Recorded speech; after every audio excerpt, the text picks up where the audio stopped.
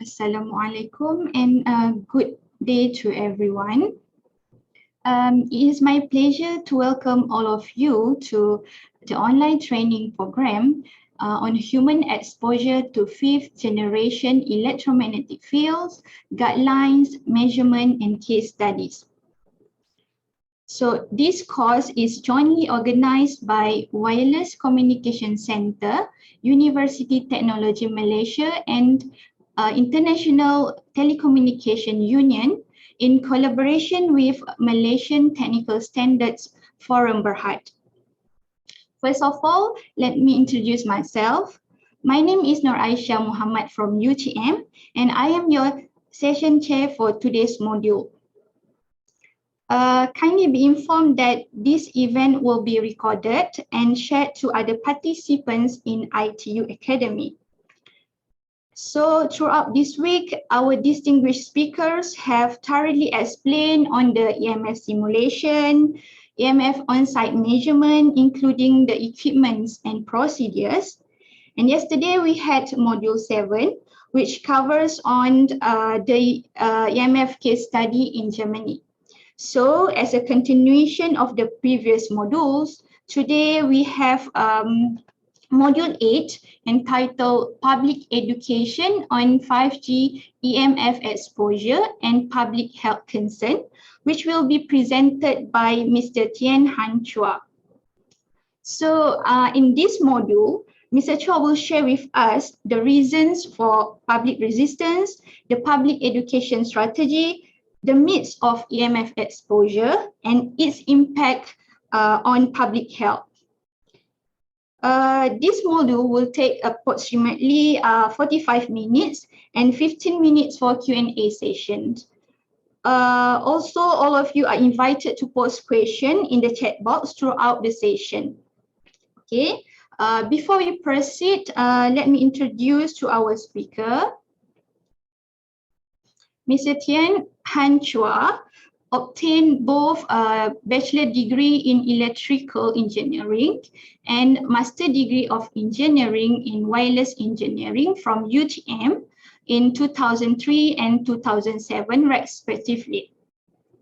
He is now a lecturer at School of Electrical Engineering UTM and a fellow at Wireless Communication Center UTM.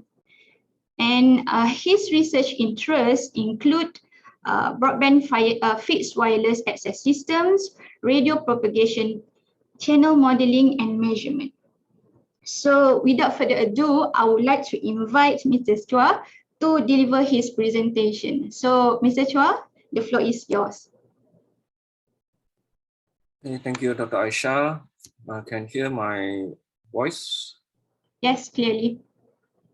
Good day to everyone. Welcome back to our last module for this training on 5G EMF, from guidelines to measurement until our what we call today. We are going to talk about public education. So for the past 7 modules, we go through the basics of 5G technology, the new radiation technology being deployed in 5G network, and also we look at since implementation of 5G, how the standards EMF guidelines have been updated to include or to consider the impact of the technology. And we look at how we actually can measure in a real life the exposure level. And once we understand all this, we can roll out our 5G network with what we call confidence that is safe to human being. But at the same time, we need to take care of the human factor also when we roll out a new technology, especially in this case, 5G technology. People will be, because it's new, people will be concerned, people will be curious, and people, what call a sector of the community will have their own worry as well regarding the impact of the technology on their daily life in this EMF factor on their health. So before I start the what I call on our public education strategy, I would like to draw the attention of the participants. Let's think together, or let's look together why public is concerned when we come to EMF issue, especially when we go into 5G issue. So the question is why the public is concerned on RF EMF radiation from cellular mobile base station. So the main reason is they're worrying that usually the typical when we engage with the public, they say it's because they are afraid of the radiation. The radiation can cause what we call impact on the health. They are dangerous, they can cause cancer. So where the public get this information from? That is the next question we need to ask. Where the general public get that information from? So most of the questions based on our experience here at the university, when we engage on our consultancy services, when we engage with the public, most of the public will say they get the information from social media, from Facebook, Twitter, Instagram, from YouTube, from all the videos that they watch. Are these videos or information reliable? Are these information facts or myth? Are they a truth or they are fake news? So that is the key important things about public education. We would like to share with the public what is the truth, what is the facts, and what is myth. So let's go through a few video that is, I would say, circulating in the social media for quite a long time in the international area, also in locally in our country here in Malaysia. So let's look at a few examples. One of the oldest information or video or news cutting circulating in the social media or in the internet since the beginning of the GSM 2G generation is talking about mobile phone can cook the brain. Mobile phone can cook an egg. And mobile phone, the most popular one is the video that talking mobile phone can actually, when it's ringing, the energy is strong enough to actually pop a corn kernel. So this is one of the video, one of the earliest videos circulating in YouTube, talking on when you have a few handphone ringing at the same time, that means your handphone is receiving. When it's ringing, then you put a corn kernel in the middle, then the energy or the radiation from the handphone itself is strong enough to cook or to pop the corn kernel. Let's look at the video first, very quickly. This video has been more than 10 years, roughly about 13 years in the social media. It's what we call shared by different people. And also people try to replicate the same video as well. So let's have a look. I gotta work, man. It's gonna work. No, Watch. it's gonna work. You believe? Come on. What? Have a little faith here. Oh yeah. You're so pessimistic. That's a nice one he's got. It's a nice one you got there. All right, put those in there. Not gonna work. I'm It's telling you, gonna it's not gonna work. work. Good. Just put these things in here a little bit closer. I think it'll work a little better. All right. Whatever. Call it up. Okay. Okay, I'm calling. You ready? I'm I calling. bet you $10 it works. Yeah, $20. It's not working. Make it 50. Ah. A grant. It works. No, Are we no, on? wait. Are we on? No, 20. 20. Okay, 20. It's not working. It's gonna work. Give it a No. second. Here it goes. Come on, come on, come on, come on, come on. Oh no! That's crazy. Okay, from this video you can see, of course, this is a 2G or 3G generation phone. At that time, when the phone is ringing, then the corn pop. So if I'm a general public, I watch this video, I immediately will link it that this radiation is very dangerous. It will cook our brain, it is harmful to baby, it's harmful to our body. But this video, if you go and investigate, you go and check it out, the reality behind this video. At that time, when this video come out, it become a popular circulating video. There's a news reporter and go and interview the one who published this video on YouTube. So you can find the what they call the news reporting at the link below here, and you also can find the video here. It reached 11 million what we call viewer at the moment. So based on this, the one who posted this video saying that this is actually a creative editing of kitchen stove and digital editing. So that means the corn is actually popped using microwave oven. Then they merge it together using video editing tools. So it's not a true what we call experiment. So this is a fake video. Why they do it? Because they say it's just for fun at that time.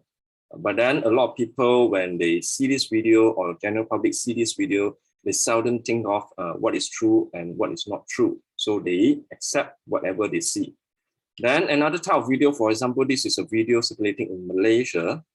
is what I call the video is in Malaysian language. So the gist of the video is two person here.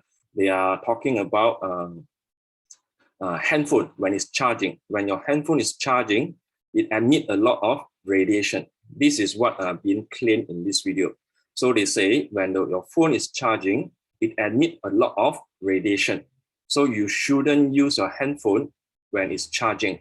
And this radiation can be dangerous. This radiation can be harmful to our health.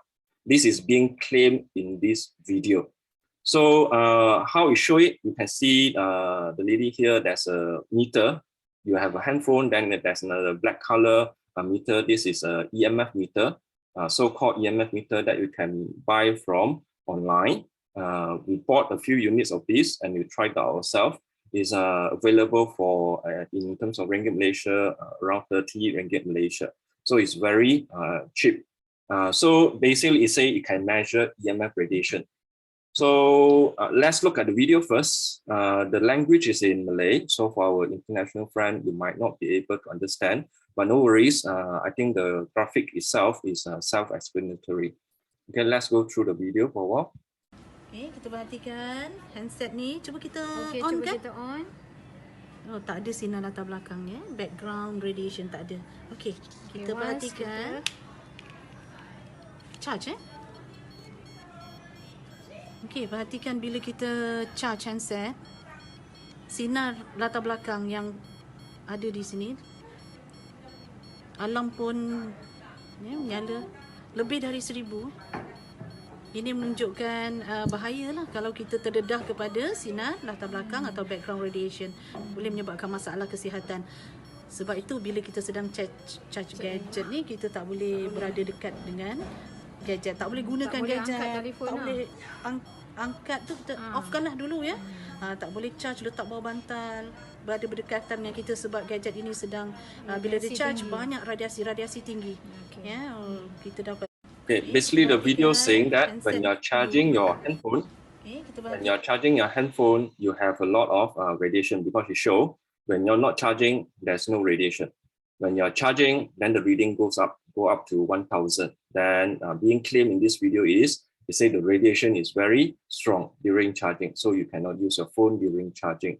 But the problem is when a general public with a layperson without any background in terms of EMF, in terms of radiation technology, they will think that this handphone emit a lot of radiation.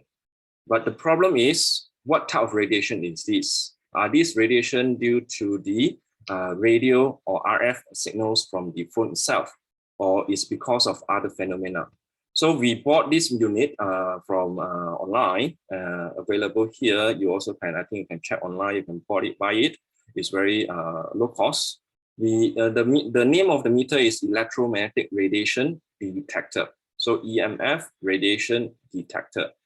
When we go into the manual, it's specific here. I want to draw your attention to statement R1C.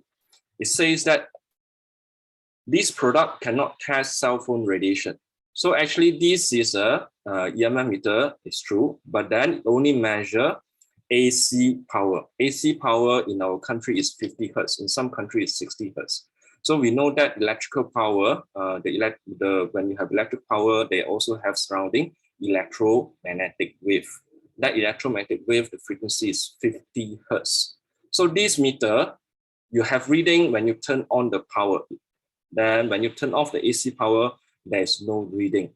So that's showing that this meter is measuring electric power. So whatever devices using electrical power, if you put it at the socket, if you put it at a charging laptop, if you put that near your refrigerator, the electrical outlet, you will see reading. So this is not because of the radiation from the handphone. But a layperson, a general public, they would not be able to differentiate this. So this video is misleading. The same thing happened with different types of meter that you can buy online. For example, there's a type of meter we call tri-field EMF meter. So this is a more complex meter. It costs around 100 plus USD. You can buy it online. Accordingly, it can measure standard magnetic field. It can measure electric field. it can also measure radio frequency up to a certain frequency. There's a lot of people using this meter and they record it and they share on social media with good intention to share with the public, saying that you should protect yourself. But the problem is the information being shared is not accurate. For example, there's a video this is a video shared by a medical doctor. He took the video from his own home. Then let's go through the short video. Baik, Assalamualaikum warahmatullahi wabarakatuh. Saudara sekalian, kita nak tengok sikit sebanyak ni meter untuk kita test electromagnetic frequency yang simple, yang biasa. Ni saya tengah charge saya punya tu, dengar bunyi dia tu. Very powerful. Berapa dia punya unit tu? Dekat 800, dekat 1000 lebih dah ni. Okey. Kalau dengar bunyi macam tu. Lepas tu kalau hubung kat tepi-tepi dinding, ada lagi electromagnetic frequency dalam wall ni, dalam dinding ni. Cuba tengok dekat dengan plug dia.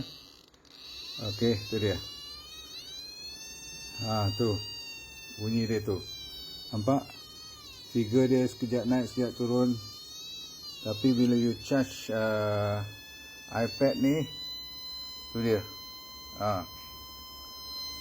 Okay, so basically this is video. The content is being talking that when you're charging your electronic devices, it show a very high radiation. In this example, you're charging an iPad. So they talk about radiation. But when the public see this video, they won't able to differentiate what type of radiation is this. Again, you can see this meter is set to electric field. So that means whenever you measure, it only measure AC electric field. That means electric power. So if you want to run away from this radiation, that means you have to live in a cave without electric power. So you can get away from this what we call 50 hertz electric power radiation. So this is another type of video that when you share with the public, and the public will misunderstand. This is due to the radiation from the base station. So that is why one crucial in what we call purpose of this course is hopefully that we as industry stakeholders, as one of the players in the telecommunication industry, we're able to understand this matter. We from regulator, from the industry vendor, from the telco, from the university education sector, that we can disseminate true information to the public regarding EMF. Especially when we now come to a new generation, 5G, people start to worry. So we'll look at why people worry when especially 5G. There's a question from our participants a few days ago, why 5G gets so many attention about EMF issue, because it's new and because of all the bombastic word we use to describe this technology when we do what we call look at the media. We look at massive IoT, massive MIMO. We look at pencil beam, spotlight beam focusing on you, very high speed, very high frequency. All this word is to a general public, it causes fear, it causes concern, causes worry. So we will look at the current worldwide scenario regarding this 5G concern about the impact on health and what they are worrying about and how actually we can do to help the general public. This is to help the nation as well. When you want to roll out, hopefully it can roll out smoothly. For the social economic benefits. Hopefully the public will also have a peace of mind. They didn't get worried. Sometimes they won't be able to stop the technology, but they get worried in their daily life. We would like to help them to understand so they are not worried. So let's go through on the current 5G resistance from the general public because of what they worry about the health impact. So you can see this is in Malaysia when we started a few trials in a few states last year before the COVID time. So there's already started resistance from the public saying that we don't want 5G. 5G kill. 5G will cause cancer. And this is not only in Malaysia. We see it in developed country and also in developing country. So the same trend. All the main what they call reason being given is because they worry about the health impact. Not only from general public, there's a sector, for example, from professional. This is from medical doctors in Germany protesting against 5G in their country. They say it will cause cancer. So all this news, including scientists, what they do, this is in US. You can go and look at the details of the news published in 2019, talking that we have no reason to believe 5G is safe. So they claim a lot of, they give a lot of what I call reasoning. For example, they say more than 500 studies have found harmful biologic or health effect of exposure to RFR at intensity too low to cause significant heating. So, but the issue is when the way WHO or the way ICNIT study the exposure limit or exposure reference level is based on you need to able to replicate these studies. So replicate, this means if you're saying that this phenomena cause cancer, then the same phenomena or the same situation you apply to another person in another country, for example, you should able to get the same result. Then we can say conclusively, these phenomena or this technology or this matter will cause cancer. But up to date, there's what we call inconclusive. That is the stance of IRC and also WHO. So based on these, a lot of public start to worry, for example, at the beginning of 2020, when UK tried to roll out their 5G network, coincide with the beginning of the spreading of COVID at that time. People believe that mobile base station cause cancer. Mobile base station, 5G mobile base station, actually spreading COVID at the time. So people start to burn their base station there. So this is happening in UK. Then you also can see a lot of websites talking about EMF issue. For example, there's a website here. You can go and visit. You can see there's a lot of what they call, I would say it's a conspiracy or maybe an opinion talking that 5G spread COVID, 5G linked to COVID. All these things is causing unrest in the community if what they call the public, they didn't go and investigate further. They just take it at the face value and they didn't go and investigate further. The most popular circulating media regarding 5G is this news regarding that when they try to test 5G at the 2018, 2019, when they try to roll out commercial 5G, they did some trial. At that period, people saying that at Hague, Netherlands, there's 297 birds died due to high frequency, and they claim this is due to 5G radiation. So there's a very lengthy, what they call videos, lengthy news in social media or article in social media sharing on this. But the authority and also the operators came out and also go and investigate the news, and actually they find out this is not true. During the period that the birds died, there's no actual trial being conducted. And at the same time, also the frequency being claimed by the what they call the one who originated this news at 7+ gigahertz. And we know that 5G is not operating at that frequency. So this is another fake news that when we didn't go and counter back, you can see it will circulate in the social media and people will start to be creative. You can see the same thing will happen in Italy, in UK, in India, and all this is what they claim, but this is not a true video, it's a true pictures. It's a pictures they take from social media, pictures they take from online. Birds dying in group has been happened for a very long time. Is before mobile phone happens, you also have this phenomena recorded. So this is not due to mobile phone itself.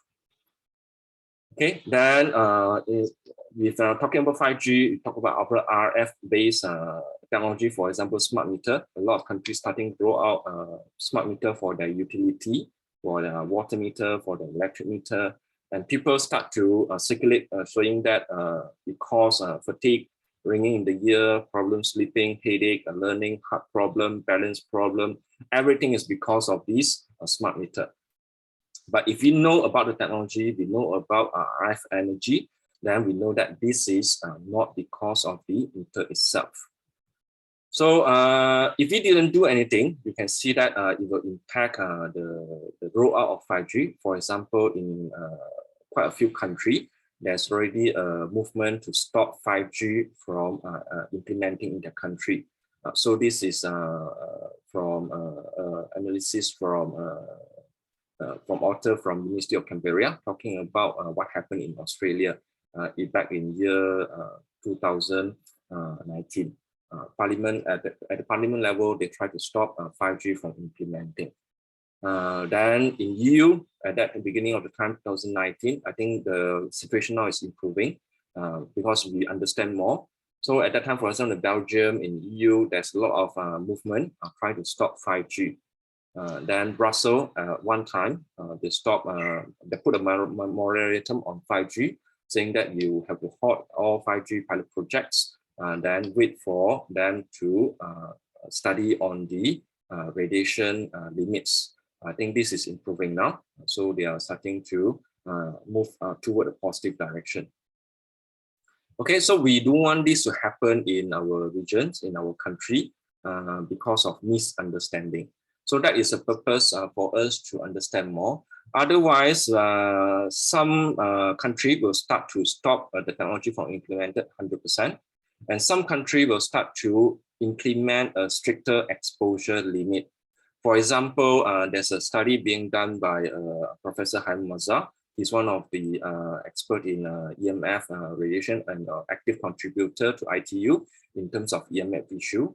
He wrote a paper in 2016 on studying the exposure limit being implemented at different country or region. So based on this paper, we compare in terms of power density and also SAR level at different region or country, then compared it to ICNIP 1998 at that time. So they compare, for example, US and Japan, their power density reference level is actually 133% compared to ICNIP. What does it mean? That means they are more flexible. They're in terms of power density, they are more flexible compared to ICNIP. They can accept, you can transmit higher, 33% higher than the ICNIP level. For France and Korea, they are following ICNIP, that is 100%. So that means 100%, that means exactly same as ICNIP. At Canada, it's 59%. That means they are more stringent than ICNIP. Then in China at that time, it's reported 8% from ICNIP. That means ICNIP is at 100%. This is the exposure limit. At China at that time, during this paper is written, you need to be, your telco cannot transmit above 8%. 8% from the ICNIP level. So this is very stringent requirement. So when we have a very stringent requirement, it looks good on paper, but when you want to implement the technology, it's become a problem. Because when you reduce the EMF level, meaning you're reducing the power, transmission power. When you're reducing the transmission power, you impact the coverage size for your base station. So that means your base station coverage becomes smaller. So in order to cover the same geographic area, then you need to implement or install more base station. But then when you have more base station, then public will start to worry again. Because they don't want base station, then you implement more base station to cover the same area. It is counterproductive. That means it doesn't solve the issue. So this is the main, what we call concern now. If we have a more stringent, unless the country decide, I don't want to implement this technology, and then you solve the problem. But then if you want the technology, but at the same time, you want to implement a very stringent requirement, that doesn't solve the problem. Okay. So because of all this concern, now we look at why 5G creates so many concern. This is being from the past few modules. We already gone through a few times because of a higher frequency that we're being used. So we say millimeter wave, very high frequency. We're talking about massive MIMO antenna. Previously, we have one antenna. Now we have 8x8, up to 64 antenna. But the public will imagine the same antenna like the 2G or 3G lower frequency. But actually, millimeter wave, you can see the antenna is, the dimension is actually very small. But then the public the layperson, they doesn't know about this. So this massive will cause their concern. Beam forming, beam steering, the beam following you, the what they call beam spotlight on you, all these words being used in the media will cause their concern as well. So this is why 5G gets so many attention in terms of EMF. And the words that being used in the technology, in the social media, and people don't understand, people get worried. So what actually is the impact? I think from the past few modules, a lot of our participants asking whether it's actually safe or not, especially for pregnant moms and also for children. So this is what we extract. What I extracted here is the statements from WHO. So if you would like to you have interest in knowing how World Health Organization come up with their recommendations, you can go to their website. Their conclusion is based on scientific study. It's not based on what they believe. It's based on scientific evidence. All those evidence or the literature can be found in this database. It's emfportal.org. It's being hosted by a university. So there's more than 30,000 publications with close to 7,000 summaries of individual scientific studies all around the world regarding EMF. So this the portal here collected since 2015, but the research on EMF goes way more than that. So this is a collection of more recent studies, more what they call updated studies. So from these studies, WHO or the expert from WHO came up with conclusion that regarding EMF, current evidence does not confirm the existence of any health consequences. Health consequences, that means cancer, fatigue, insomnia, EMF insensitivity. Those things doesn't confirm the existence of any health consequences from exposure to low-level electromagnetic fields. So later, I will show you some measurement results in actual field in our locally. So actually, the level that we're exposed to from the base station is actually very low compared to the ethnic level. So what is the biological impact on human? So biological impact is tissue heating. So tissue heating is the principal mechanism of interaction between radio energy and the human body. So that means when we are being exposed to radio frequency, is a sine wave, and that sine wave hit on our molecules, on our cells, then our cells start to vibrate. Vibrate is a kinetic energy. Kinetic energy will, at the side effect, it will come up with heat. That is how the impact of EMF on human being. But because the energy that we're exposed to is so low that the human being, we didn't feel the heat temperature increase, or we didn't measure any significant temperature increase. So this is a recap of what being shared by Mr. Amil. So we have in terms of the EMF from starting from 0 Hertz. So you can see 50 Hertz is our AC power. The video we saw at the beginning of today's module, those are the EMF from the AC current flow. But then that AC current flow is only 50 Hertz and is belonging to the this range. It's not radio frequency yet. So radio frequency is between 3 kilohertz to 300 gigahertz, 2G, 3G, 4G, AM, FM, those other things, satellite are in this category. They are belonging to non-ionizing. Non-ionizing, that means the energy, the EV, the electron volt in the wave is not strong enough, it's very weak. When you go to the higher end of sunlight, you move into the UV range, then you start to move into ionizing radiation. Ionizing radiation, that means the energy in the wave is strong enough. So if you can use an analogy, to describe ionizing and non-ionizing, you can imagine what happened when you are, we use a transport to help us to describe. So non-ionizing, that means when you are walking. When you're walking, you're being hit by a person, another walking person. So when you knock, then both of you will be vibrating for a while. But then if you are exposed to ionizing radiation, a very high frequency, a very high energy wave, is like you are being hit by a bullet train. So when you are hit by a bullet train, what happened to you? So you will be broke into a million pieces, or that means you will die. So that is the analogy that we can use, a layperson analogy. When you have a non-ionizing radiation, when you are being exposed, for example, RF, infrared, sunlight, when you're exposed to, your molecule will start to vibrate, but then it didn't cause any changes to the structure of the molecule. So you can see this vibration is the only biological impact proven to date. Ionizing radiation, that means you have high energy ionizing radiation, 3 types only: UV radiation, X-ray radiation, and gamma ray. That means the nuclear radiation. So these will cause your electron to expel from the orbits. Then your atom become imbalanced. That means the positive and negative is not the same anymore. So that causes imbalance. Imbalance is not good in human body. So that's why we'll have problem ionizing radiation. So the impact, the biological impact, when you vibrate, you can see here, when you are vibrating, this vibrating is the one create that heat.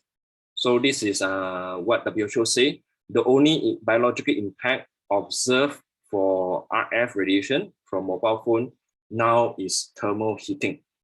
If the energy is high enough and you expose for a prolonged of time.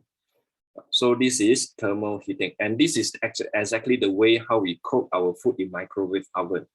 So you have a very high energy microwave heating on your meat, on your food. Then the molecule in the food vibrate, and that vibration cause heat, and that heat cook the food itself. So if you are exposed to ionizing radiation, X-ray, gamma ray, and UV, a healthy cell exposed to it, you can see the cause changes to your DNA structure. When you cause DNA structure, that means you remember just now, your electron being expelled from the orbit, that cause changes to the atom. When you have a group, then it causes changes to your DNA structure. And changes to a DNA structure, a cell, a healthy cell with being exposed to ionizing radiation, you become a cancer cell. A cancer cell, when this cell is imbalanced, the positive and negative is not balanced, it will start to attract. For example, it lost electron, it become a positive ion. So that's why it's called ionizing. Then you start to attract electron from the neighboring healthy cell. Then this from one cell, it will grow to a group of cancer cell, which we call tumor. And these phenomena at this stage only proven to happen to 3 types of radiation: X-ray, gamma ray, and UV. Okay. So another way for us to be confident on this sunlight. Sunlight, we have a safe component, which is the normal sunlight we expose to every day, is non-ionizing component. The sunlight has a higher frequency component, which is the UV, is ionizing radiation. So that's why you will need to wear sun protection, sunscreen protection in certain countries with very high UV, if you are workers working under the sunlight a prolonged of time. Because if you're exposed to UV for a very long time, very high intensity, you can have skin cancer. But as normal human being, when you're exposed to the general sunlight or visible light, which is a non-ionizing radiation, so it doesn't cause any what they call harmful effect. The only effect we feel is we feel hot. That hot is because of the energy from the electromagnetic wave from the sunlight. It causes our cell to vibrate, and that vibration causes heat. So we feel hot. So this is one good example. Another good example that we can share with the public, this is important to share with the public, is when we go do X-ray. When we go to X-ray, if you notice on the entrance of the X-ray, you'll see a warning there. That means if you are a pregnant mommy, you cannot do X-ray. When you are a pregnant mommy, you cannot do X-ray because X-ray is ionizing radiation. So if you are exposed to the X-ray, there's no problem to the mommy, but then the fetus, the baby in the tummy is too young, the cell is still not matured, you're being exposed to this X-ray, the cell won't be able to recover by itself. So that's mean when the baby is being born, there will be some problem to the baby, especially on their brain cell. So that is ionizing radiation, X-ray. But then pregnant mommy can use hand food. There's no issues on using hand food. When the baby is being born, there's no what we call biological impact due to radiation from the hand food itself. So this is another good example to compare between ionizing and non-ionizing. And this information is the one where we need to convey to the public so they can differentiate. Otherwise, the word radiation itself bring a very negative tone.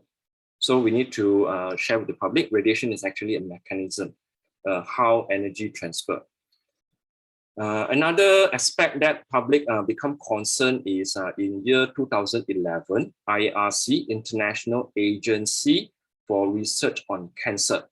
Okay, it's an international NGO for study or research on cancer. What they do in general is all these medical doctors, medical expert, biological expert, they will study all general material in the world, either it's a phenomena or it's material.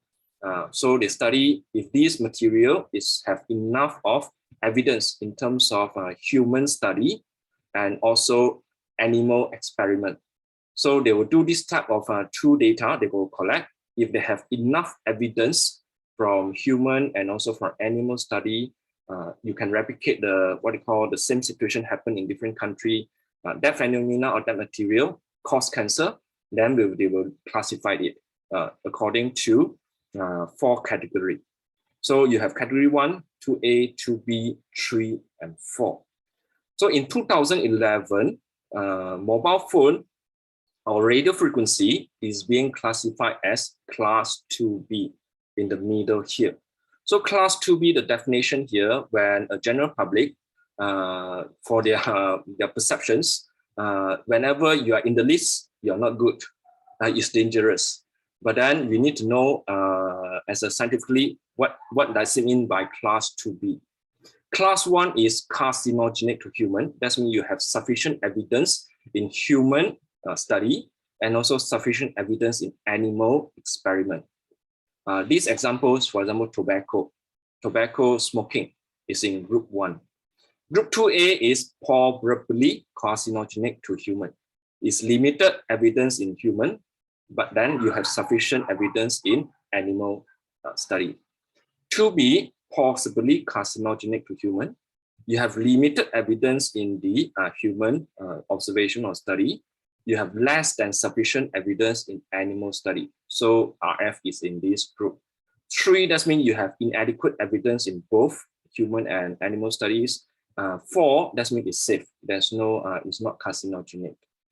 So these, how to actually put in perspective, let's look at what else is in this group besides. So this is what you call a diagram. Actually, you can go online. You can find a lot of, the list is very long. That means you have a lot of material being classified. This is something that we are familiar in our daily life. Category 1. So what is in category 1? You can see sunlight is in category 1. Sunlight, this is when we say sunlight is carcinogenic, that means this is referring to the UV part of the sunlight. Alcoholic beverages, wood dust, tobacco, processed meat, that means your hot dog, your burger, and those other things is in category 1. Carcinogenic, that means have enough evidence to show they will cause cancer.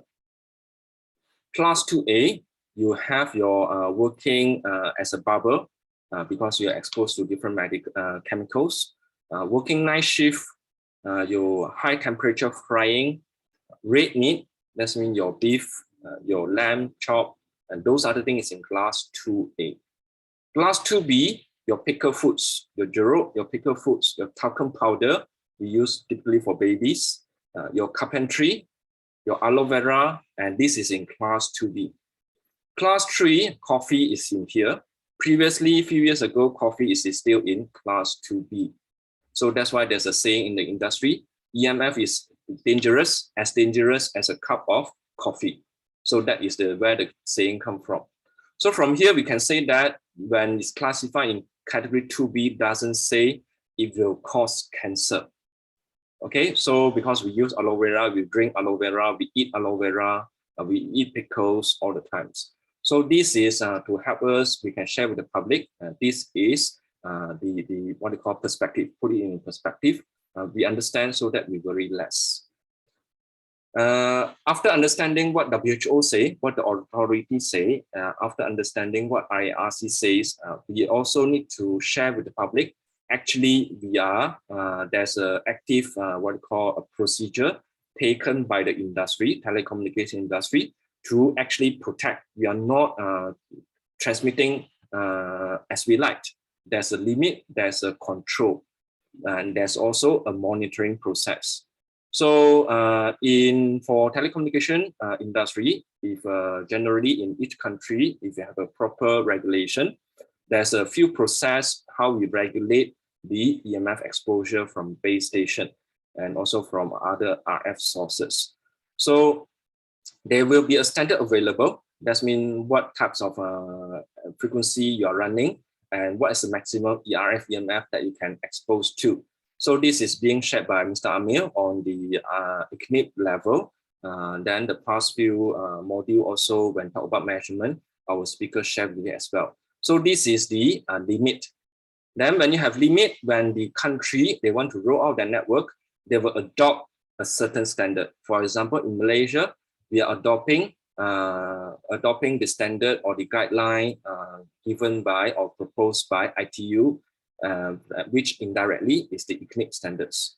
So in Malaysia, we have documents by our regulator here, MCMC, a mandatory standards. So all base station, when we do measurement, you must be below the level recommended by ECNIP. So before you install base stations, you actually need to do a calculation simulation first.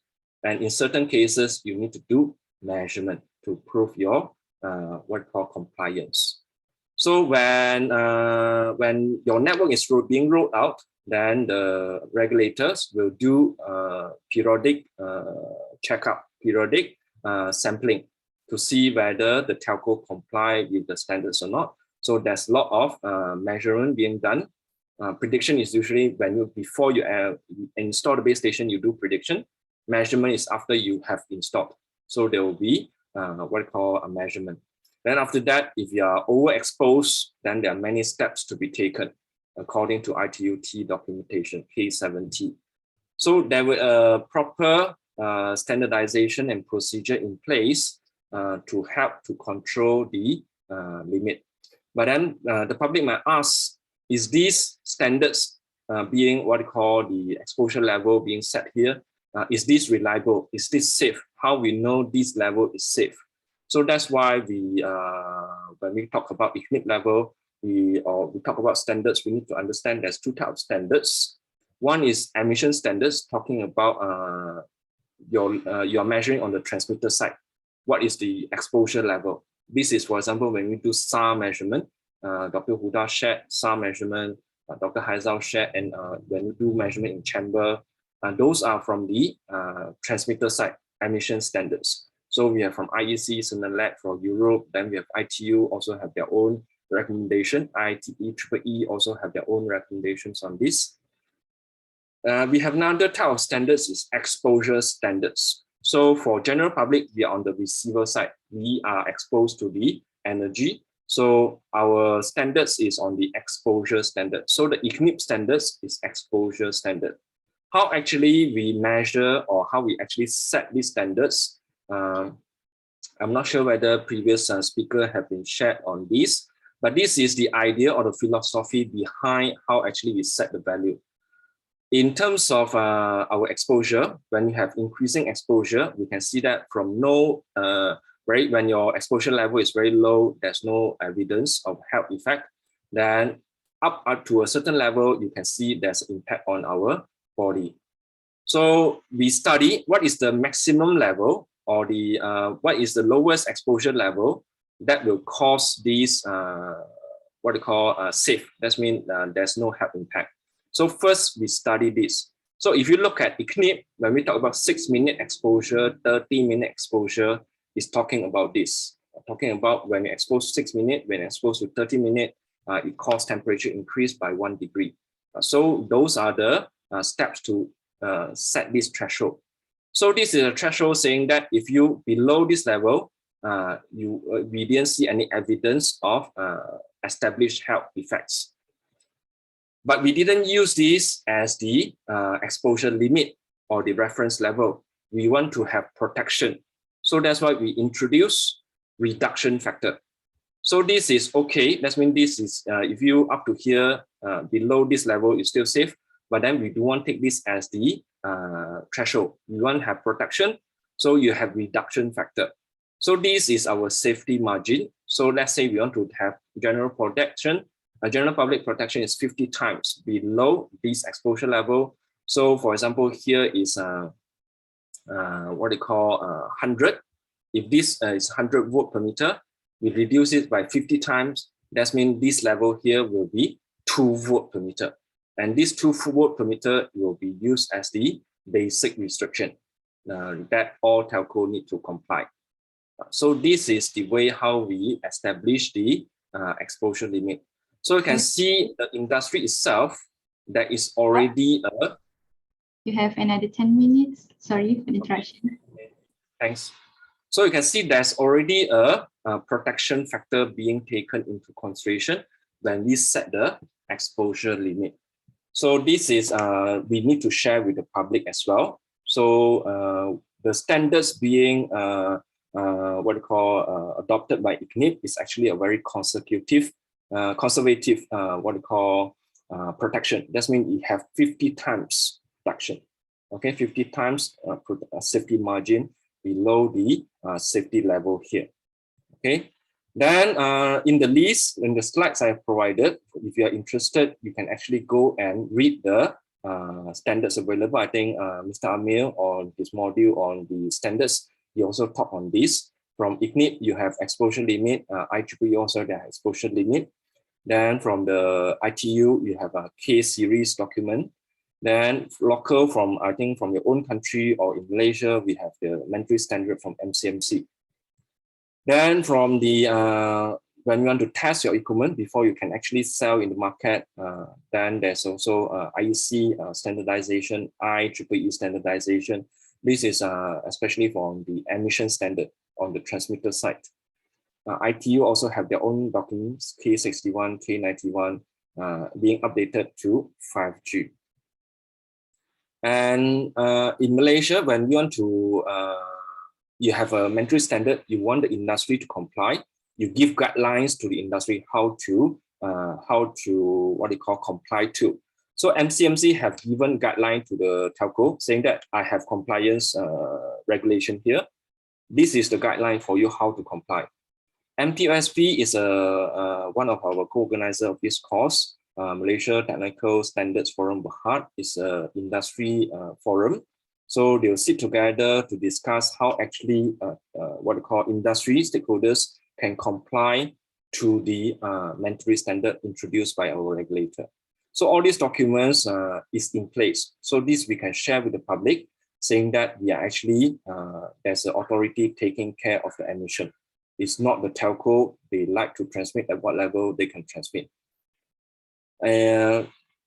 Other material that we can share with the public in terms of education, we have WHO International EMF project. So this is a project under WHO. You can go to their website. They have a lot of what we call information freely downloadable, especially this handbook. I will shortly show you a snapshot of this handbook. It's a very good book on EMF risk communication with the general public. Before you talk to the public, especially if you are a regulator, you want to set up a proper platform to educate the public or to address the concern from the public. There's a few elements that need to be in your communication plan or your communication process. So this handbook is a very good book. You can download for free from WHO website. Then you also have a lot of different handbooks available. You are welcome to go to WHO's website and access the information. These we can share with the public. Okay, so public education is very important for our process. So for them to make proper decisions. It's not like based on the video that we saw just now, there's some what I call unfounded opinions or some misunderstanding in the video. And those are the things that we want to try to avoid too. So before I end, I give you a very quick snapshots on the WHO handbook I mentioned just now. So we must able to establish a communication with the public because two-way communication is very important in solving this issue. And we don't want to make an assumption that public don't want to hear what we say. So that is being advised by WHO. So it's very dangerous to make assumption that public cannot accept what we want to convey to them. So you go through the material. This is extraction from the WHO handbook. I have make a summary because the handbook is quite long. I take a summary in this slide so they can browse through, but we will not go into detail because that is the communication process actually quite long. We just want to know the ingredient in it.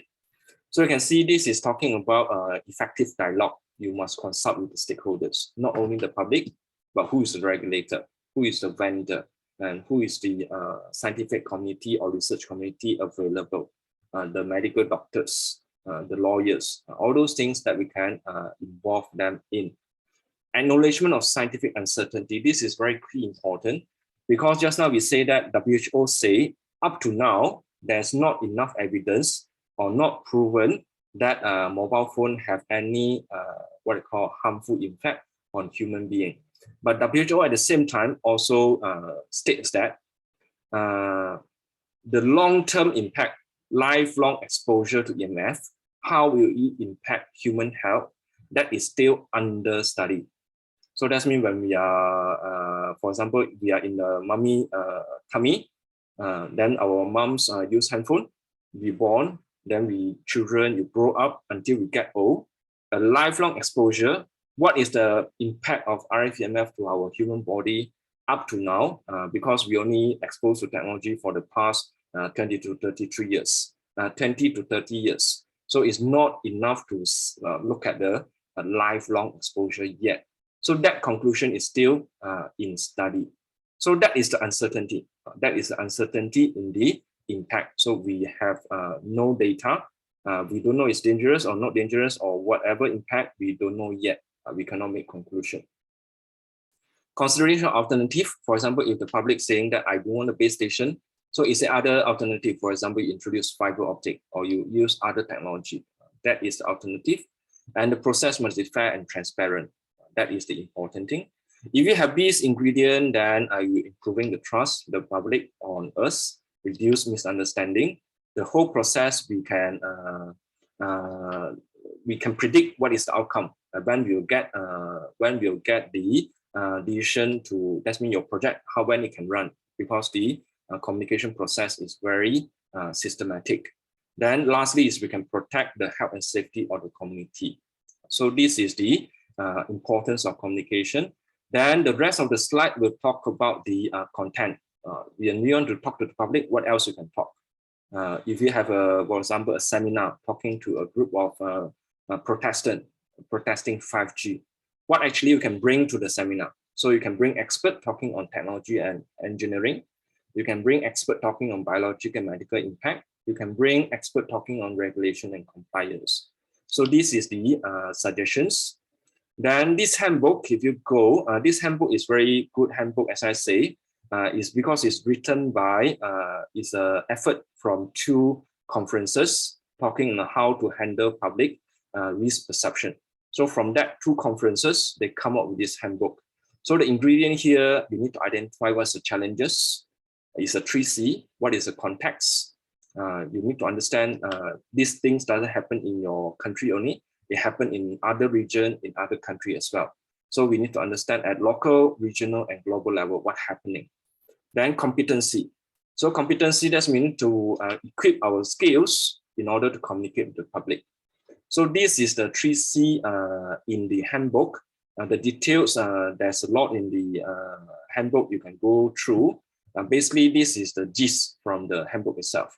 So if you want to identify the challenges, that means public saying that this base station is causing a lot of radiation. So you must assess, you go do measurement. You must also understand why this public complaint is because of health, it's because of cancer concern, it's because of what. So a lot of times it's not because of health. Health is just what the excuse they use, but actually it's because of financial, because their neighbor get the rental, but they didn't get the rental. So they are envy, so they go and complain. So that might be one of the case. Then how you actually manage, so you must have SOP in place to handle public complaint. Competency, our scientific experts, our communication skill, our regulatory judgment, how we make decision, those are the things that we need to in place in our what we call workplace. If you're a regulator or you're a vendor or you're a telco, you being what we call communicating with the public, these things must be equipped in your company or your organizations. So if you don't have this in your what we call employees, you don't have any expert in this area, then we need to know who we can engage with. For example, scientific expert, we can know which research institution or which university there's expert that we can talk to. Okay.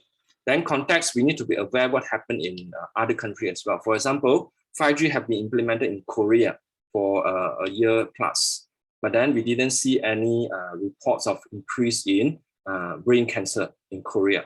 So then we can share. So actually technology is being implemented there, very pervasive, but we didn't see any what we call impact on the health. So the rest of the slides, you can see this is the, I extract from the handbook, just to give you a feeling of what is in the handbook. You can go and refer if you are, your role is to communicate with the public. And this is the informational question that you can try to help you. And lastly, I want to share very briefly is on, if you are a regulator, then this is a very good example. Public education strategy by regulator. I'll be sharing two examples. One is from our regulator, MCMC.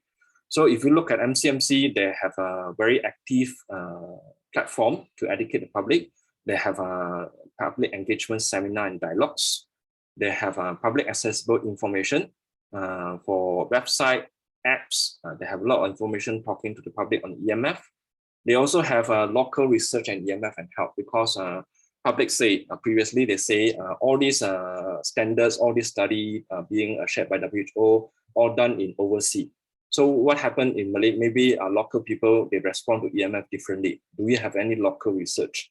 So MCMC also sponsored research locally.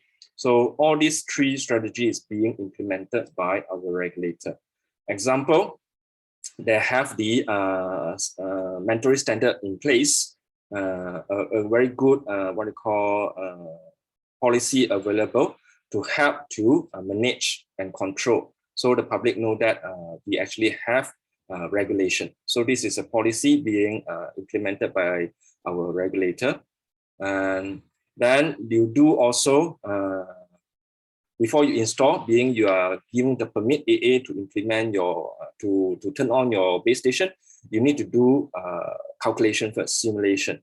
So after your simulation, you need to do, you need to submit the simulation report to the regulator before you are given the permit. So after you have this permit to run, then this is example of the simulation report which each telco need to submit for their base station. Then MCMC will periodically do what we call spot check measurement. Okay, so they will measure. So using what we call industry standard equipment to measure. So up to date, based on the measurement done by MCMC, most of the radiation in Malaysia is less than 10% from IGNIP. Okay, this is example of measurement. So you can see this is IGNIP level. This is based on 1998. The IGNIP level, this is 900 megahertz. The base station is at the rooftop, and this is our measurement system. NADA, what we call area monitor. So this is the exposure level. The green color is maximum, yellow color is the minimum. So this is 1 day from midnight until midnight again. So you can see the level is less than 10% from the maximum.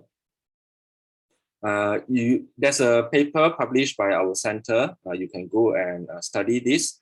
The paper is here. So you can see this is 41 volt per meter is the IGNIP level. What we are actually exposed to at different area here is, for example, IGNIP 41 volt per meter. Our peak emission is 1.32 when we do at UTM KL measurement at heart of the city, near KLCC area, with a lot of base stations surrounding. So you can see all that accumulate is 1.32, which is only 3.22% from the IGNIP level.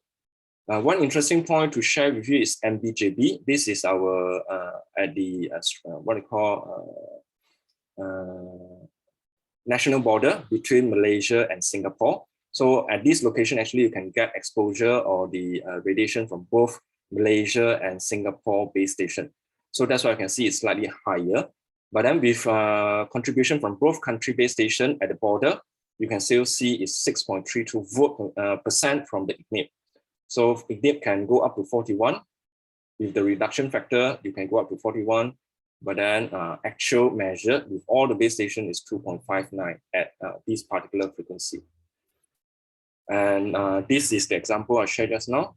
You can go through. Then this is the information available. What I shared just now, their training program, the information available, their website, you can go and visit. Okay. This is the app being, I think Mr. Amir have shared this. They have a ITU EMF guide, website version and also app web version. You can go and explore, talking from the introduction to how technology work, how mobile phone work, what is the standard guideline available, a lot of FAQ, which is public interested too, you can refer. So for Malaysia, we have a Malaysian language. You can also download from Google Play or App Store on ITU EMF Guide for Malaysia version. Okay, then MCMC have also shared a lot of brochure with the public. This is their general information or the findings from their local research with the local research institution. They publish, then they share with the public in public event. This is a talk they do with government agency, they do with state, local authority, they do with industry players, they do the talk with general public to educate them on EMF issue. The course content is very similar to our course here, so they do it locally. And this is a list of research. If you're interested, you can go through, you can find out the information from online as well. From UNIMAP, they do studies on EHS, electromagnetic hypersensitivity. For University of Malaysia, they do psychological impact, public anxiety. With our university here, they do the SALET measurement and they do the WIE, wireless industry emission, the area monitor of the exposure level. The paper I mentioned just now, we published, is based on this project. Then this is animal study, studying on rats when they're exposed to different frequency, what's their EEG performance. That is being the activity shared by our regulator. And lastly is the good example that I can draw attention to is the effort done by Ofcom, the regulator of UK. They are one of the regulator which regularly do consultation with the public. Their community is very vocal, so they do a lot of public consultation. So whenever they want to set the 5G EMF standards, so they talk to the public through their consultation paper. So they publish and ask public to give opinion, to give what they call their view on the EMF level or EMF regulation that they in place. So they send out, then the public reply, then they will go and do communication again. So there's a few documents you can go and refer to. Is you can download the PDF. You can download also the feedback from the public. So it's a good place for you to study. So that is the another good what I call step taken by regulator. That means active public what they call engagement process. The last slide I want to share is this one. Where 5G, you remember at the beginning, I say that in UK at the beginning when they want to implement 5G, at that time they talk about COVID, 5G causing COVID, 5G causing cancer. So they do a measurement campaign with the 5G network they rolled out at that time. You can go and find the result online. The full report is there. You can see this is the highest level they measured. So 0.0807% compared to the IGNIP. So that means you can see there's no that's what I'm saying. Typically, you're exposed to very low radiation from the base station, even though the dimension of the base station is large. But then when you measure the RF level, it's very low. Okay, this is to show us what WHO says now. When we expose to low level of RF radiation, there's no significant health impact observed based on evidence now. So that is what I'm to share. So effective and transparent dialogue is really important for us to have a what they call to roll out technologies smoothly. And when you want to do communication, if you are in the position to communicate with the public, you must equip yourself with 3C: competency, identify the challenges, and also the context, local, global, and also regional. So that's what I want to share. Thank you for your attentions. And you have any questions, then I'll try to answer. I'll pass it back to you, Dr. Aisha. Okay, thank you, Mr. Chua, for a very detailed explanation and insightful information. So now I open for the Q&A session. So you can unmute your microphone to directly ask the questions. And I also have a list of questions here from the chat box. So Mr. Chua, we have quite a lot of questions here. So perhaps you can answer all the questions shortly. Okay, for the first question, as of now, there are any case reported on EMF that affected human health, and what is the worst case ever happened? Okay, so regarding these questions, there is cases or reports being reported. Usually you find on websites those who opposing to EMF, and they will share that studies saying this medical research or this particular patient case, they have cancer. Then because of the radiation. So the worst case is cancer. That is the worst case being claimed by certain parties talking about that. But then the problem is the stand of WHO is when we want to make a decision saying that this phenomena is harmful, you must be able to replicate. That means that is scientific way to define whether what something is harmful or not harmful. One very critical problem when we want to identify a cancer issue is cancer doesn't develop overnight. Cancer takes time for your cell to be mutated, and then take time for you to grow, to become a tumor. Then from the tumor, it takes time to be what they call cause impact for you to notice that cancer. So that when cancer, and we know that cancer can be contributed by a lot of factors. Doesn't matter what type of cancer, your lifestyle, the food that you eat, your emotions, your environment, your quality of your life, those other things will contribute to cancer as well.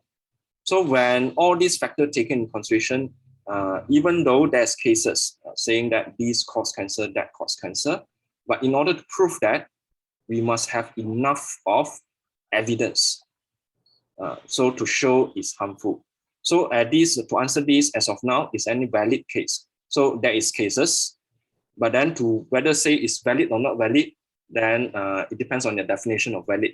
So for WHO saying, if you want to say this is harmful, we need to have enough of evidence. Otherwise, we have false alarm. You know, false alarm saying that this is because of that, this is because of this.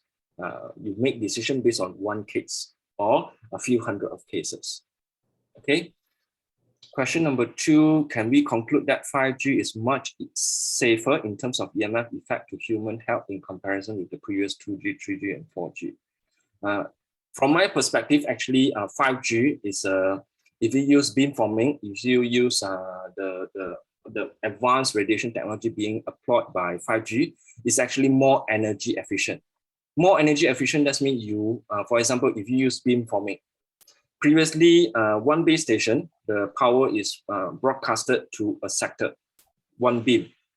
But now, with the intelligence, that means the base station will transmit a focus beam to the user. That means those not using, you will have less exposure because the beam will be narrow beam. Another thing is, when you get the beam, because the beam now is focusing on you, it's not general, the energy is focusing on you, then actually I do need to, the base station doesn't need to transmit so high because the energy is focused to one user. So for me to answer this is yes, 5G is much safer in terms of energy emissions. But we understand that in real world, we are not closing down 2G, 3G, 4G at the same time. We will still have 5G, we'll still have 2G, 4G, 3G soon to be gone in Malaysia.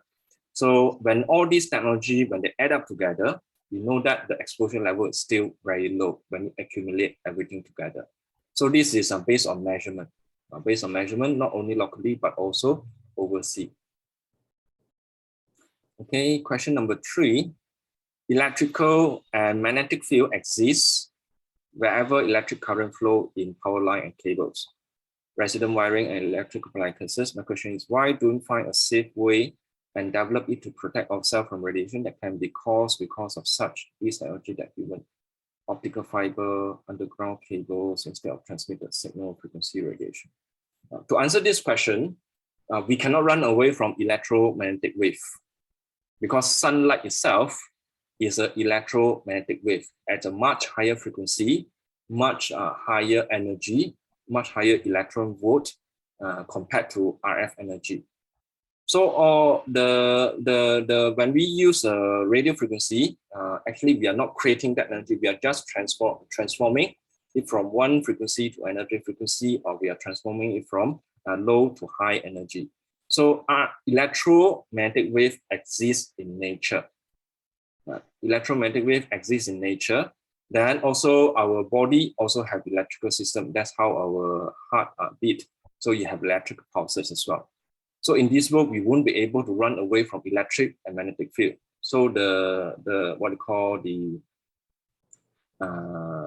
gravity itself is a magnetic field. So one point to understand first is this is not dangerous when you are used in proper way. It exists in nature. So why don't we find a safer way to develop to protect human being? So this is talking in longest term using optical fiber because before this is talking about technology evolutions. So when people of the old times, they don't have the technology advancement is not there yet. So that is the available technology that can develop. But along the way, maybe in future, if we can have a more advanced technology where we can use fiber optic, then it will be safer to run at that time. Then we hope that will happen. Okay. A group of local research published a journal on non-seismic health effect of radiation from telco on public resident. Exposed in non-exposed resident in Penang, Journal of Geoscience Environment, author claimed their outcome showed existence of telco power in their country as clinical health effect toward residents who were exposed to the electromagnetic radiation that was emitted. So some of their recommendations are sharing, transceiver, upgrading telco, and protective barrier. What is your feedbacks on their study outcome and recommendation? So there's two parts of this question. One is on their studies that they reported in the journals. So from the scientific perspective, we need to identify this impact, what they claim in the journals. Where, for example, I haven't read this journal. Maybe they say they are headache, they are nausea, or they might go talk about cancer. But how actually we know these phenomena is due to radiation itself? How to be certain? Because there's many situations, this can be caused by psychological impact. Because they worry that, then it becomes a truth. For example, there's actual cases that our regulator shared with us before. There's a cases in a village in front of the resident house. They want to build our tower. So then the resident become worried, then he claimed that he called up and complained to the regulator, saying that after the building of the base station in front of his house, then he start to nausea, he cannot sleep, he cannot eat, and he feel dizzy all the day, and he worried he get cancer. So the regulator can go out and inspect and to check whether it's because of the radiation is too high. So when they go out to the site, then what actually they see is the tower is there, the base station pole is there. But then the transmitter, the radio system itself is not installed yet. So that means the structure is there, but then the antenna and the radio itself is not installed yet. But then what caused the impact that the resident felt? So it's because of psychological impact. They feel help, then psychologically become worried, and that will also affect their life. So how we know this is actually because of radiation itself. So WHO done their study is based on actual cause and effect studies. It's not based on what they call belief studies. It's based on what they can show in animal studies and also in human studies. So that is the first part of the question. Second part of the question is talking, okay, you want to reduce emission. So a very good way to do is for them to share transceiver. So this is a technology advancement. It's moving toward this direction where the telco can share. Actually, we're starting from shared tower. Previously, telco built their own tower. Now we have single tower where the telco share the structure, then they have their own antenna. We are moving another step forward, starting from 4G and 5G, where telco can start their share their transceiver. So that means they have a base station, then they have a different slots for them to transmit in terms of frequency. So that will be, we are moving toward that direction for them to share a transceiver instead of every telco have their own transceiver. So this is the direction moving toward. So I hope I answered that two part of this question. Number 6, is there any restriction public area for the 5G base station deployment, especially when they are rising report on 5G effect on public area? At this moment in Malaysia, for locally, there's no restriction on where you cannot install base station. So, for example, if you go hospital, you'll still see base station on rooftop of the hospital.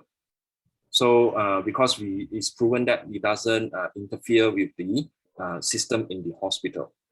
So, for school, for what else? For public playground and those other things, there's no restriction in terms of where you can install.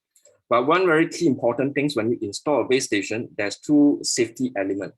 One is EMF. Another safety element is the structure itself, the integrity of the physical structure of the tower, of the pole. That means the wind loading and whether it's a solid, whether it will fall down. So if we have a restriction in terms of this physical, I think there's restriction from local authority, from your local municipal. When you want to install base station, for example, some local municipals say in playground, you cannot install because they're afraid the tower will fall down. So that is more on the physical structure. It's not because of the radiation itself. In terms of radiation in Malaysia, there's no, as far as I know, there's no restriction rules or regulation at this moment in terms of radiation. Mr. Chua, we have many more questions here. I hope that you can answer it in a part. Okay.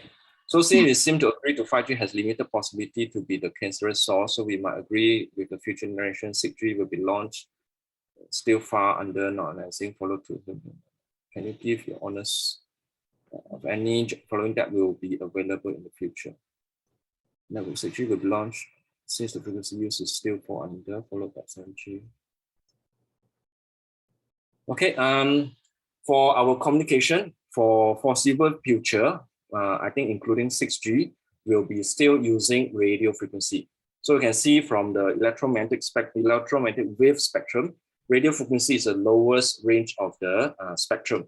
So if you want to use lights, you remember whenever we talk about light, when we talk about fiber optic, that is also a type of electromagnetic wave because light itself is an electromagnetic wave.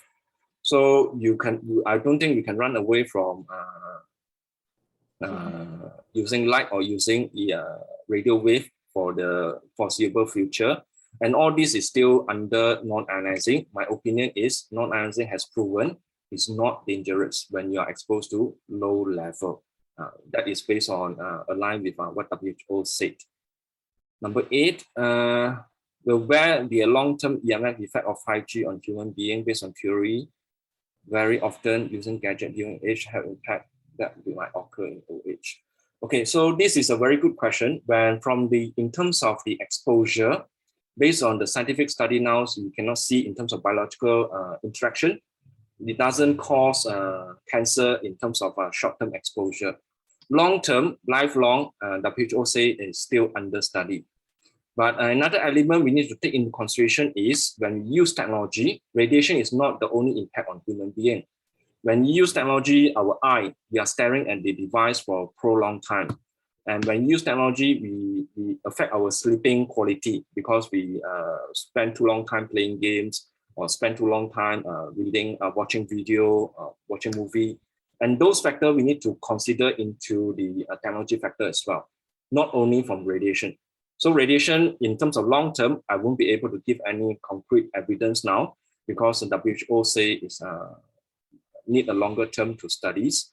But based on what we observe now for the past 20 to 30 years, it doesn't cause any what they call hazard to human being. Can the telco generalize the measurement data when they want to deploy a base station? For example, we want to deploy in JB, but the data that the shared public was taken in Batu Pahat and Penang. So the answer is no, because the propagation will depend on site. It's very location specific, because when radio wave propagate, you have reflection, diffraction, and many other things element. If you want to do the lab measurement with controlled environment, then no problem. But then you want to do in real environment, it's very dependent on locations. So there's no way that we can generalize at this moment. Okay. Next. Okay, that's all, Mr. Chua. Okay, we are very sorry because we have limited time. So if you still have questions on this module, you can post it in the ITU forum. So Mr. Chua will and all other speakers will surely respond to your questions. Okay. Okay, that's marked at the end of our Q&A session. To sum up, we can say that there are lots of videos in social media that give wrong information regarding the EMS exposure that leads to increasing public concern. So perhaps after we attend this course, we can give or share our information to the public. Okay, the videos for this module will be uploaded to ITU Academy e-learning page in the following days. And kindly be reminded that quiz 2 will be open tomorrow, which is on 15th of October 2021, where this quiz include content in module 5 to 8. And you can access the quiz in ITU Academy e-learning page. And besides, all the participants need to submit the individual assignment in ITU Academy before the deadline, which is on 17th October 2021. And the participants are also encouraged to take part in the discussion forum in ITU Academy.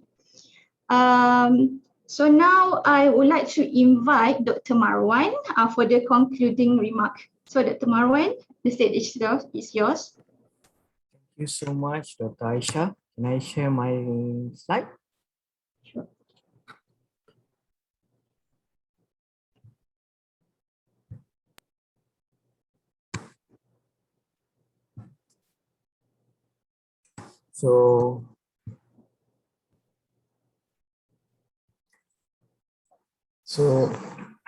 So we are actually at the end of our modules. We already completed to deliver all 8 modules for our training on human exposure to 5th generation EMF. On the particular point of guidelines, measurements, and case study. So for the past 2 weeks, what we are doing is we have about 8 modules where we start with the initial fundamental and then we talk a bit on, we spend one day on the key parameter on 5G radio given by Dr. Bruce.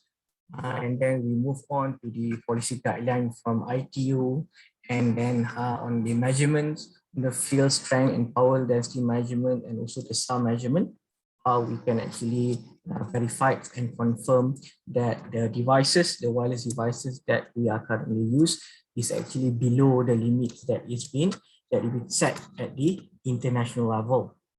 Then we move to this week. We do have we have our another three industry speaker. We have one from Ericsson. You can see that Dr. Bo is already sharing the EMF study that Ericsson is actually performing. So they are actually ensuring that the base station is actually following the ICNIC level. So the lab that they have, if you still remember, they have this. There is one figure where it is a very iterative figure showing that the average value of the EMF is always below the far away below than the ICNIC level. Then in the forms of measuring or confirming that the EMF at the ground from the base station is actually safe, we do have a case study that is being performed by Mr. Anwar Faiz from MTFSP. This is most of his measurement is being done here in Malaysia, and we also have a sharing session yesterday by Professor Matthias Luchek from Deggendorf, DIT Germany.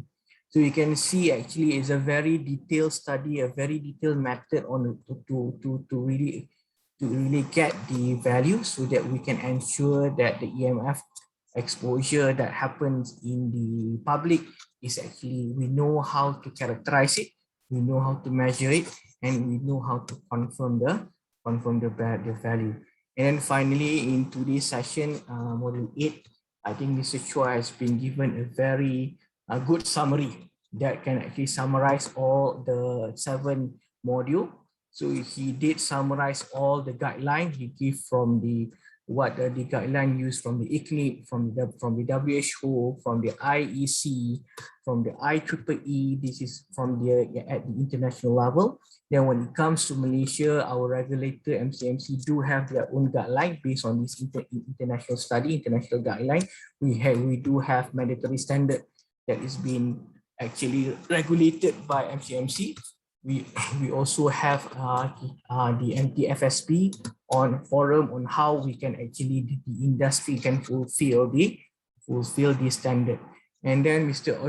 Chua also go beyond that, where we actually, how we can actually educate the correct information. Because you can see just now, the main idea is, if you are circulating the wrong information, when you are saying you are sharing something that you yourself is not actually can confirm it, the impact impact is actually a bit harmful to the system. We can see what happened in the UK by just saying that 5G base station can actually give you COVID. People are burning the tower. So this is things that we are try to solve. We don't want this to happen, so that we can develop, we can implement the technology to the optimum level as possible. We can also, if you remember back what Mr. Amir from ITU mentioned, if you're really putting the base station outside of the public area, for example, far away from the school, so of course you are protecting the school from the base station, but what happened is actually the device itself within the school has to shout louder. So meaning that your device has to scream louder, meaning that it will actually transmit more power. So there are actually two sorts. So you have to also look from the base station, and you also need to look from the devices. So this is actually the main focus of this training. So hopefully the training, the material that is being delivered by the speaker is actually being well accepted by the participant. Please spread it or share it or use it for the benefits of everyone. Okay, so and then again, even though today is actually the last module, I would still need to remind that our courses is actually ending on the 17th, because this is the last date where the individual assignment is going to be due. So just a bit of appreciation. I would like to say thank you, appreciate to all our speakers. We have Mr. Amir Rias from ITU, Dr. Bozu from Ericsson, Mr. Anwar Faiz from NTFSP, Professor Wushek from Dengdorf Institute of Technology, and we do have our 5 internal speakers from the WCC. We have our director, Professor Dr. Tien, one of our senior research fellow, which is Dr. Chi Yolin, or we call it as Dr. Bruce here.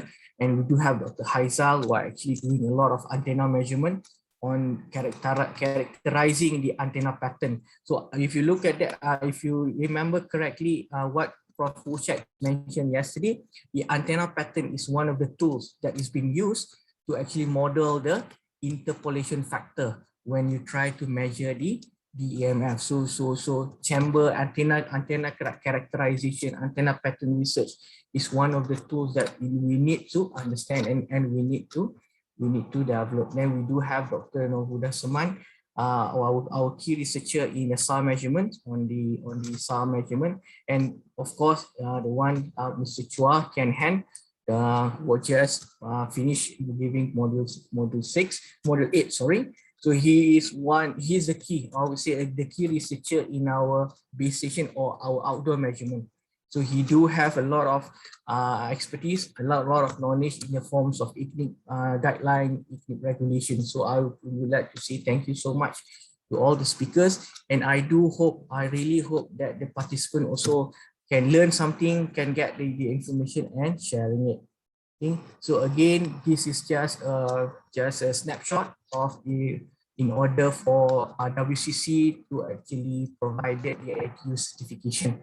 So since this is an ITU training program, so participant, I just need to remind back, needs to pass at least 60% from all the evaluation parameters that consist of the quizzes. 60%, quiz 1, quiz 2.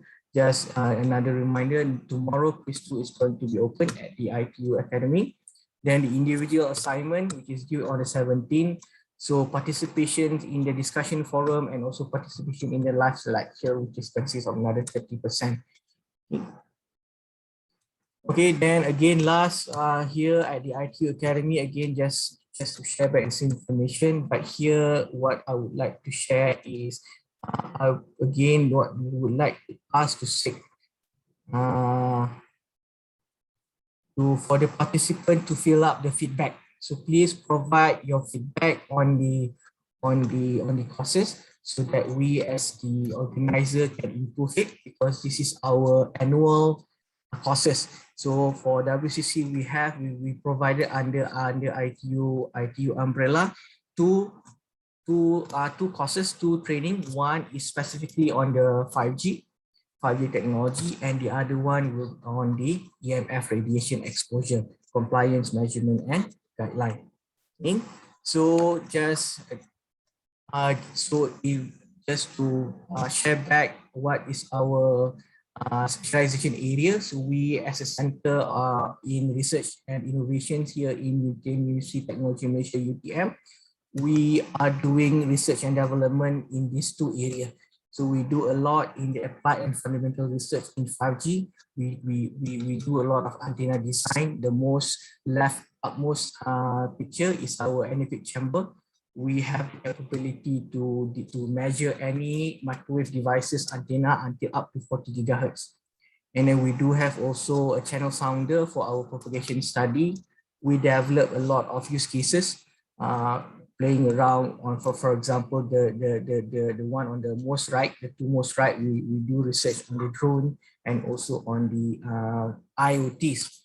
So one area number 2 that we are really focusing since 2013, 2014, and we are actually building up our expertise in the radio frequency and electromagnetic field radiation exposure and compliant. So if you look at the two picture, one is to measure on the handset itself, on the devices, and another one is to measure the exposure from the base station. So these are the area that we are working in, and we do a lot of academic activities, consultations activity, research activities, and we collaborate a lot with the industry.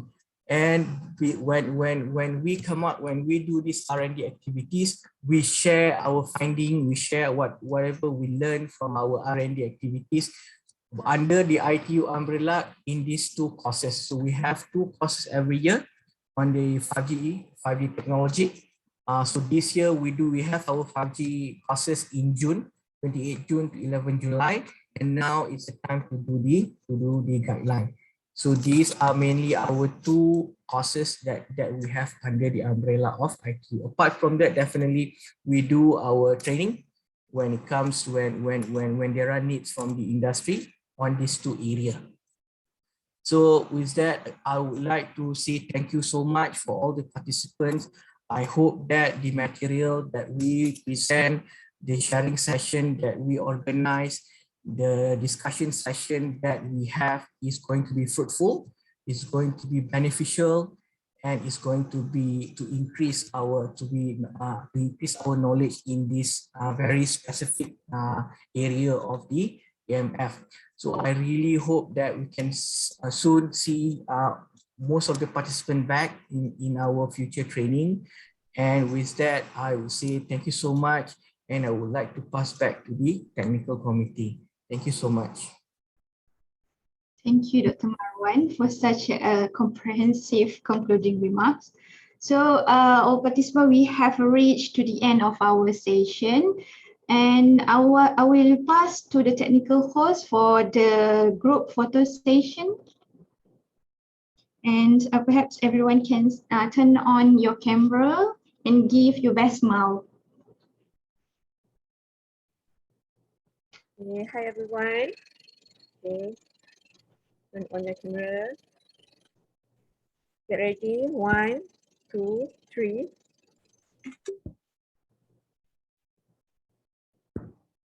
One, two, three. Okay, the last one. 1, 2, 3. Okay, thank you. Bye. Okay. With that, this marks the end of our session. On behalf of the committee, we'd like to thank all of you for participating in this course. Okay, thank you. Thank you so much. Thank you so much. All right, thank you very much, everyone. Thank you very much. Wow. Stay Thank you, safe. everyone. Bye-bye. Thank you. Bye. Very much, everyone. Thank you.